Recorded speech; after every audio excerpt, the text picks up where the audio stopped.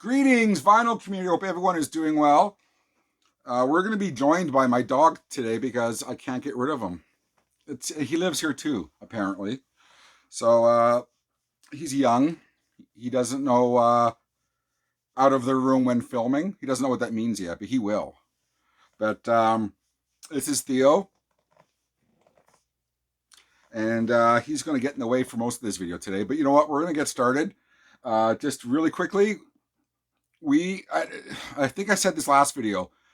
Where I live, it's either minus 40 or it's a heat wave. And we've had a heat wave summer this year, and it's been crazy. And I think what it's done, possibly, it's tempered a bit of the donating to the thrift stores. Although this is a mega haul, I'm calling it. Theo, it's a mega haul. He doesn't give two shits. He's waiting for me to spill some food on the ground. Anyways, we're going to get right to this today because there's a lot to show you, and I really want to get through to it. You know what we're going to start with today? Theo, you know what we're going to start with today? Singles. I never really show singles a whole lot, even though I buy lots. I don't bore you with them, but today I will. Some single finds lately. A copy of Love Hate. Love Hate, the 80s metal band, but it's hard to classify them as kind of a glam band because they were a bit more than that. They had a little bit more of a critical appeal to them. But this is the single for Blackout in the Red Room. One of my favorite songs by them. What else did I get? Four Horsemen. Same kind of era. Nobody said it was easy. Motorhead. The one, oh God, the one to sing the blues from their album 1916. Did you sneeze? How rude. This is from their album 1916. I'm going to I'm going to try not to let him throw me today because I only have one take today, so we got to make this one stick. So everyone, stick with me. Cross your fingers. Let's get through this. Anyways, Motorhead, the one to sing the blues from their album 1916, which was kind of their comeback album in a lot of ways. And I think it was nominated for a Grammy, actually. But that doesn't mean a whole lot these days. But yeah, the only single I've ever seen from this album, and the only time I've ever seen a single from 1916 is this. And this will be going into my box of my favorite singles of all time that I've been teasing for the last 2 years, and I've never really made a video for that yet. So, and lastly, a copy of Vancouver, British Columbia's own DOA with World War III. World War III on Sudden Death Records. I don't know if this is an original or a repress. I'm going to guess it's a repress, but I don't care. I love it. One of my favorite DOA songs, Vancouver punk band. Joe Keithley, Randy Rampage, and I can't remember who the drummer was now. There you go. All right, let's get to these. Oh no, you know what? We got new vinyl, and please stick with me because there's some good new vinyl here coming up. And I'm talking fast for a reason because I just want to get through this all. I never really get through all my records, and I always have a pile left over to show you next video, and then my next video I want to film in a week's time, and it never comes to pass. Can you sympathize with my cause? Theo's gone, by the way, but he'll make a return once he gets lonely and wants some scratches on his head. New vinyl. Ministry, Sphincter, an album. One of the only Ministry albums that I think I'm missing, although this is a live album. I think the only albums I'm missing by Ministry are live albums. But this was recorded on their Filth Pig tour. There was an accompanying video and DVD for this, which people might know a lot better than the album. But I got the vinyl for it, and Filth Pig seems to be one of their most divisive albums that divides people, and some people like it. A lot of people hate it, and I happen to be on that small side of people that always liked the album.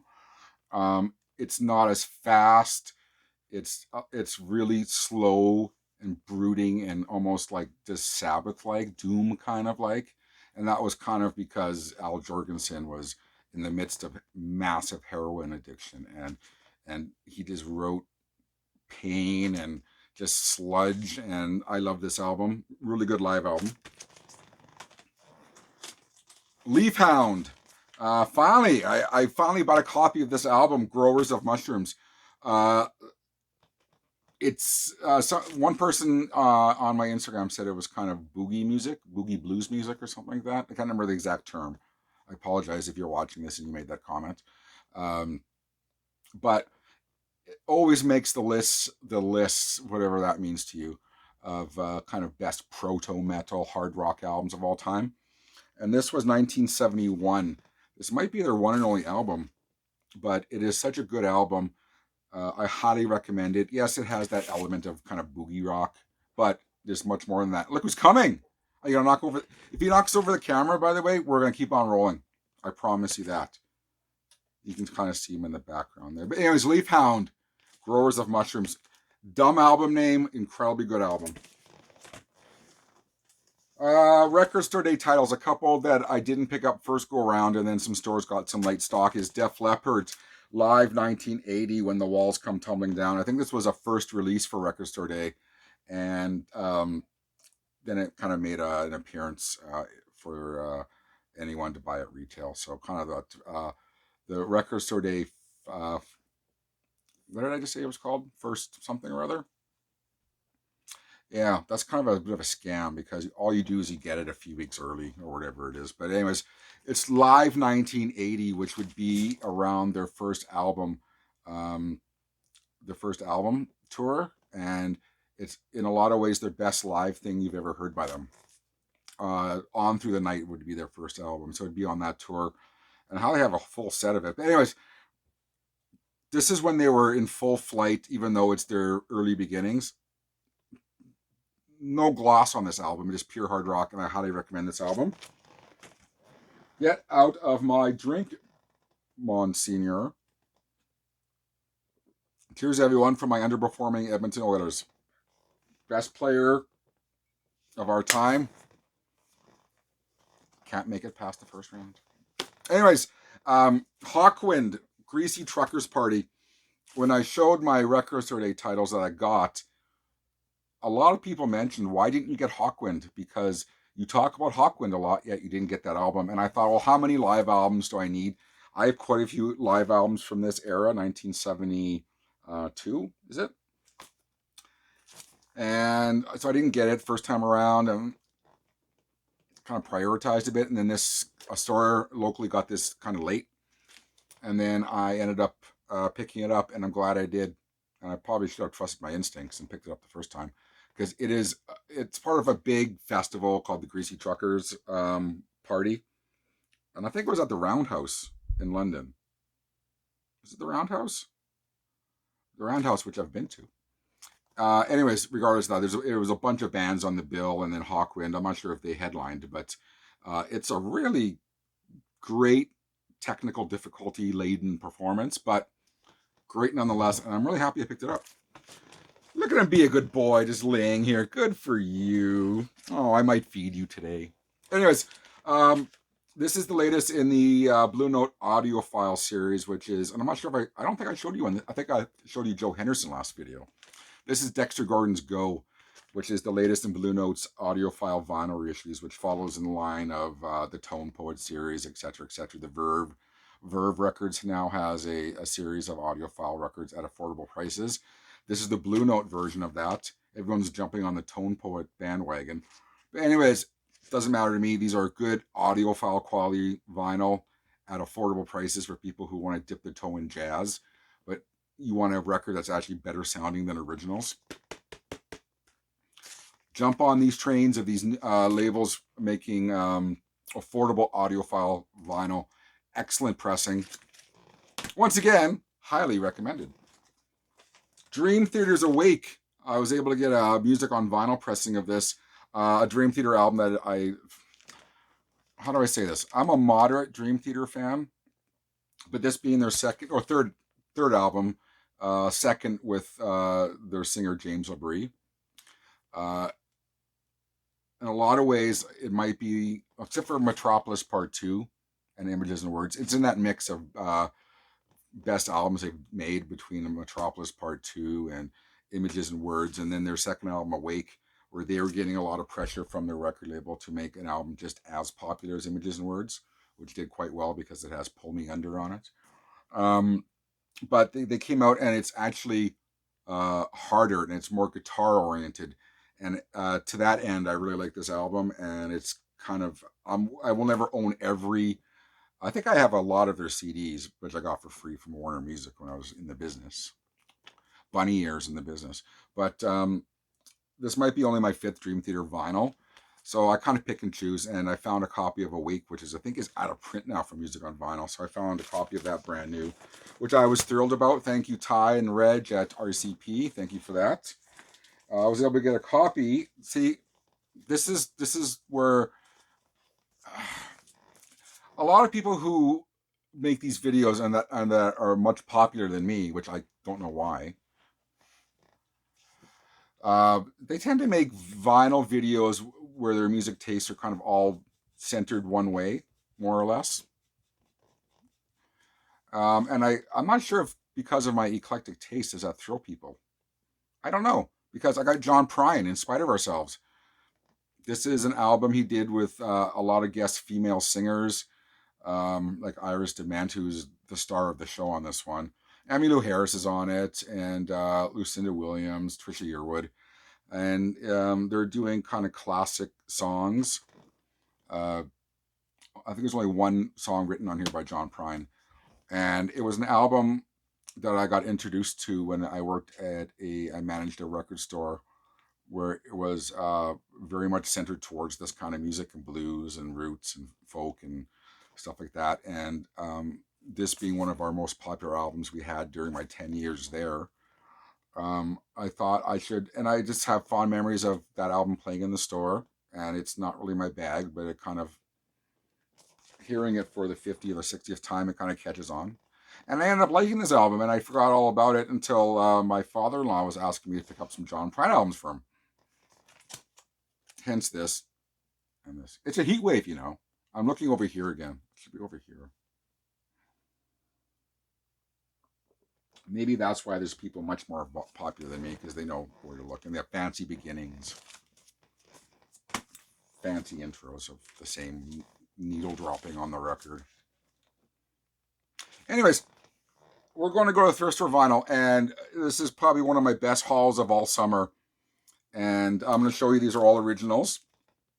An original, don't go by the cover, because the cover is a bit worn, but you already saw this. This is John Coltrane's My Favorite Things, but this is an original Atlantic plum, orange, and white label, which I've never owned a record with this label before, but it's an original copy. Thrift store, $1.99. Thank you, Goodwill, for that one. But I got two more to show you from original kind of classic jazz albums. But Thelonious Monk, Genius of Modern Music, Volume 2. One of his most recognized albums. One of his most highly regarded albums.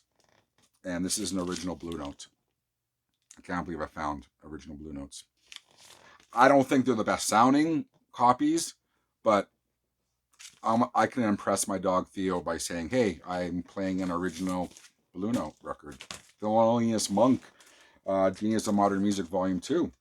And then I got J.J. Johnson, original Blue Note. How's that? With Clifford Brown, John Lewis, Charles Mingus, and Kenny Clark, Blue Note. It's odd that's all they had there at that store. They had, you think jazz people would have a lot more than 4 records, but that's all that made it to the bins anyways when I was there. So onwards and upwards. Tom Waits, Small Change. I think the second time I found this at a thrift store. It's very rare I find Tom Waits vinyl, but when I do, it's a happy, happy day. But Small Change, a little bit of ringwear. Don't care. Don't play the cover, like I always say. Very happy to have that back in my collection. I just found this yesterday, and it's an original Pie Records pressing of the first Man album, Revelation. How's that? Is it UK Pie? It is UK Pie because it has the folded over tab sleeves there. There's a name for it, and someone will correct me and say, you dummy, they're called this, but like the fold over tab. And it's an original copy of Man, Revelation, in excellent condition too. Go figure. Lynyrd Skynyrd, Street Survivors. Now it's the cover that was redone after their plane accident, and the first issue of this album, if you don't know, had flames behind them. And then they thought, out of respect for the family, of those who died in the plane crash. They took the flames out. This album had only been out a week or two when the plane crash happened, killing members of Lynyrd Skynyrd, or injuring them. But they took the flames off, and then you ended up with this sleeve, and a lot of people usually want the one with the flames on it, which isn't that hard to find. I've only seen it about 10 million times in my life. But honestly, this has What's Your Name, That Smell, stuff that still gets classic rock airplay. And flames or no flames, I'm just happy to add it to my collection. A nice original Atco Records pressing of Genesis Wild and Wuthering. I don't really need it, but it was there, so I'm going to pick it up. I don't really need to talk about the Wild and Wuthering. It's a very underrated Genesis album. It's got Your Own Special Way, which was a kind of a hit. Their first hit, I guess it is. And then it's got Blood on the Rooftops, which is a very eerily, scary, creepy song. But listen to that song. It's kind of creepy. Molly Hatchet, No Guts, No Glory. You missed that catch. I lost control of this record, and I caught it. It's Molly Hatchet, so if I slammed it too hard, I don't really care. I haven't listened to them. I know Molly Hatchet. I've not heard this album before, but it was there. Same as Lynyrd Skynyrd. You can tell the guy who donated this collection had the same kind of preferences, as you'll see coming up. But Skynyrd's First and Last, which is kind of a collection of early songs they did, released, of course, after the death of... I want to say Ronnie Van Zant. Could be right, could be wrong. Johnny Winter, self-titled. Look how like crispy new this album is from Goodwill or from the thrift store, wherever. My friend Tom's a much more of a Johnny Winters fan than I am, but I've got a few of his albums here that I picked up at the thrift store, so I can educate myself. Johnny Winter, Nothing But the Blues. And then this one I have owned before, but this is such a minty copy that I'm going to hang on to this one. This is Johnny Winter's Second Winter. I don't have much to say about that stuff. But anyways, White Lion, Big Game. I've been watching this one on eBay, oddly enough, because and there's a re-release of this out, and I realized I don't have this for my metal collection, and then lo and behold, there it is. Yes, I'm going fast today. I told you I want to get through these records today, and we're under a threat warning of my dog knocking my camera over because he has no self-control. All right. This is a really weird one. Hendrix, Jimi Hendrix. Hendrix in the West. But the funny thing about this when I found it at the thrift store, it's got one copy of the album in the original Warner sleeve. It's got two copies inside. Two really nice Reprise Records pressings of the same album in the... I don't know. I got two nice copies now, one cover. Oh, this is nice. A quadraphonic pressing of Mike Oldfield's Amadon. Was this his third album? I think this was his third album. Quadraphonic. And I'll use the joke that appeared on his Tubular Bells quadraphonic album. Quadraphonic for those with 4 ears. It's not funny then, and it's not funny now. But I really like this album, Amadon. And he did a sequel many years later called Return to Amadon, which is equally as good. But this one, very underrated album by Mike Oldfield. Do you notice me looking over here?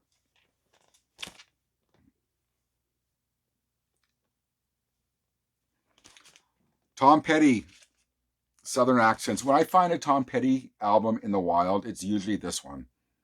And I'm going to guess this sold a lot of copies because it had Don't Come Around Here No More. So a lot of Tom Petty fans, or a lot of people who were not necessarily Tom Petty fans, picked this album up. And they probably, what the hell did they pick up? So they're donating it now because, one of his favorite songs, one of my favorite Tom Petty songs is a song called Southern Accents. That's on this album, obviously, but it is such worlds away from Don't Come Around Here No More. And I think maybe that's what threw people. And they're just, I don't know. I must find this album 3-4 times a year at thrift stores. Dire Straits, Love Over Gold. I told you the album before I showed it to you. A nice Vertigo Records pressing. This album comes in and out of my collection. It has Industrial Disease, which I like, which was a really good single off that album. I don't know why. It's just when I start pulling records to kind of thin my collection out, I always pull this record out, and then I'll find another copy, and yeah, this is the one I'm going to keep. So I'm going to lie to myself and say this is the one I'm going to keep. Liar Straits, Love Over Gold. And then I found another copy of their first album, but I keep on finding upgrade copies.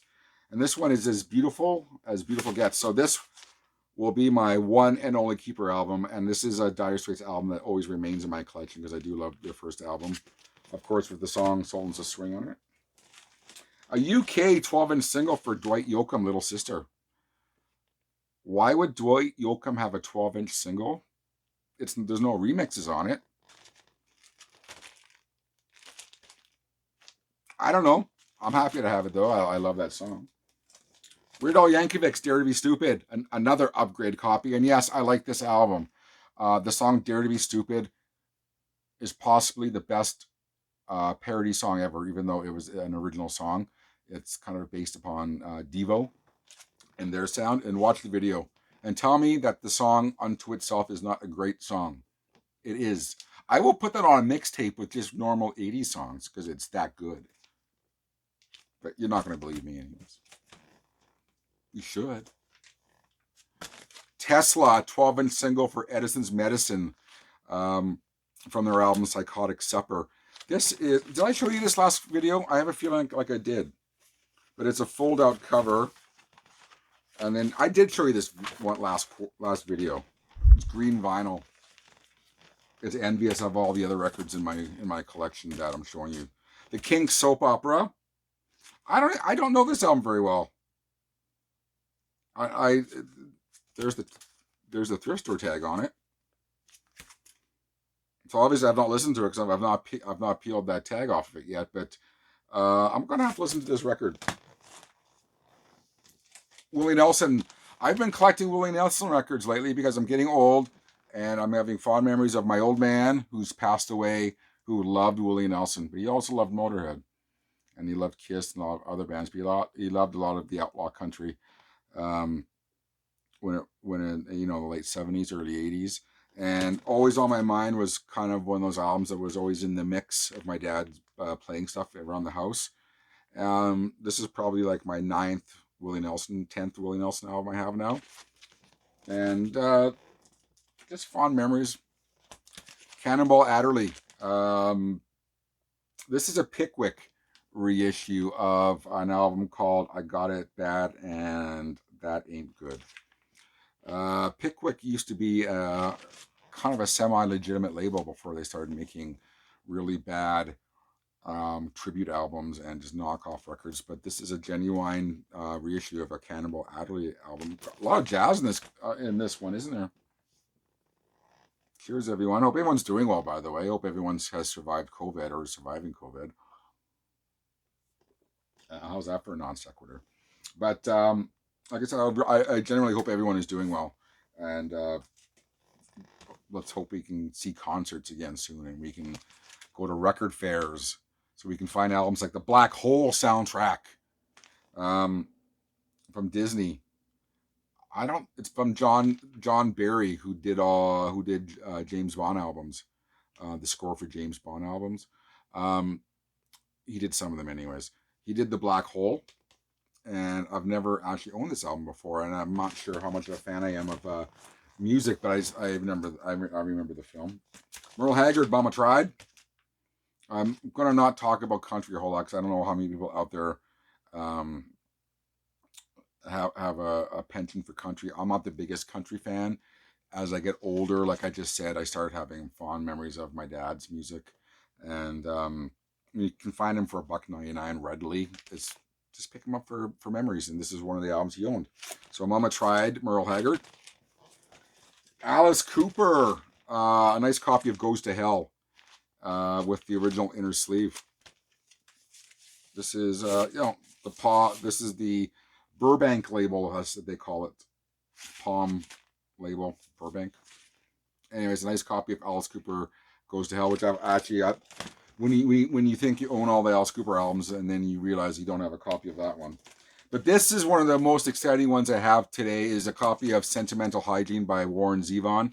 I don't know. I have a feeling maybe I showed this last video, but I don't care. I'm gonna talk about this again. I have a feeling that I gave this album to a friend, because I'm really nice that way, and then it's impossible to find for a good price, and then we find it at a thrift store. I'm not giving this one away, I'll tell you that. One I know I haven't shown you is the Monkey's Head. This is a Canadian red label, shaded dog label, as they call it. And a lot of people collect just this label because they seem to think that these are some of the best pressings in RCA Living Stereo. I've talked about Head recently, I believe, but it's one of my favorite albums. It's in that mix in the top 20, 15 maybe. But I have the reissue, which is really good. Then I have the alternate Head, which is really good. And then I had this copy years ago. Then I ended up selling it when I needed some coin for a trip. But I got it back. So I'm happy to have that version available once again. Check this out. At a thrift store, Pure Analog. This is the label Pure Pleasure Analog Recordings. They do original analog pressings from the original analog master tapes of albums, and they've done Quicksilver, Messenger, Service, Happy Trails, and they've done some other ones. But in the shrink, sealed, was Al Green Explores Your Mind. I don't know. I'm not the biggest Al Green fan, but I'm not passing this one up. So I was happy to find that one. Jethro Tull. Where are we at? 27 minutes on the dot. We're going to wrap this up quickly here. Jethro Tull Passion Play. I found this today. Fresh. It's smells like the garage. Don't actually have that album. The Choir Boys, A Bit of What You Fancy. One of the best. There was that time during glam metal when blues was mixing blue. Everyone thought they were a blues metal band at a certain time, and then the Choir Boys came, who did it really well, and they did. Poison tried it, and they were really shitty at it. And then a lot of other bands tried that blues metal thing, and Richie Sambora thought he was a blues musician for some reason at a certain time. But the Choir Boys came along, and they showed everyone how to do it. So this album is kind of hard to find, but if you can see it, or if you see it, pick it up. Jesus Jones, Perverse. I've not talked about Jesus Jones a lot, along with EMF and Populi itself, but they're one of some of my favorite bands from the 90s. And I've never actually seen this on vinyl before, but this is a UK version. Original UK pressing of Perverse. I don't think it's ever been reissued before, but this is not from a thrift store. As I recall now, this was from a local art store named RCP, which I've name dropped already. Thanks, Ty and Reg, once again. This one still has the old tag on it because I have not listened to it yet. And I know the artist, or Coco Rosie. I've heard the name before, but this is an album of theirs called The Adventures of something, and I cannot for the life of me figure out what it is. The Adventures of Ghost Horse and Stillborn. I found this at a thrift store. I love when I find new vinyl because it's usually introducing me to music that I'm not that familiar with. Mandrill, one of the best funk bands you may or may not have heard of from the 70s. If you see Mandrill's first or second album, it's a lock for you to pick it up. Trust me on that one. Nice copy of that one. I'm going to skip back because I'm going to hurry here. I've got 2 Blondie albums. Best of Blondie and another copy of Auto American. When you find nice copies of Blondie albums, you pick them up because there's always people who want Blondie albums, like Cars.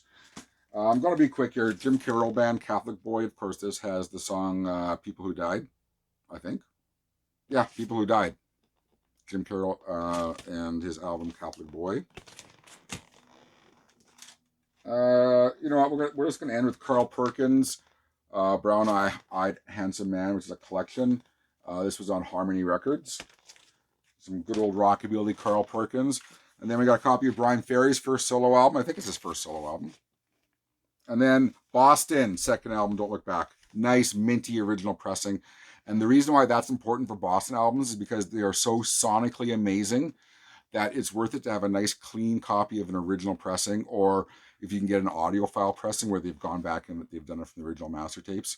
Usually Tom Schultz, the guitar player, or who is Boston, will supervise those pressings. I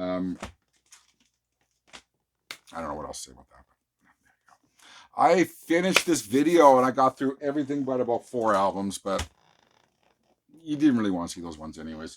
I'm going to quickly wrap this up by saying cheers to everyone out there. Thank you for watching my videos. I really, in all seriousness, do appreciate it.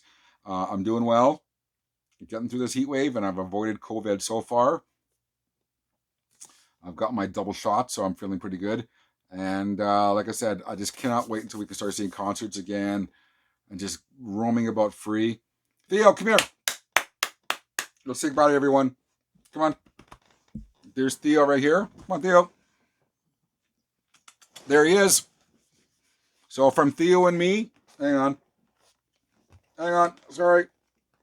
There we go. I got my remote now. From Theo and me, good night, good morning, good afternoon, whenever you're watching this, and we'll see you next time. Peace, everyone.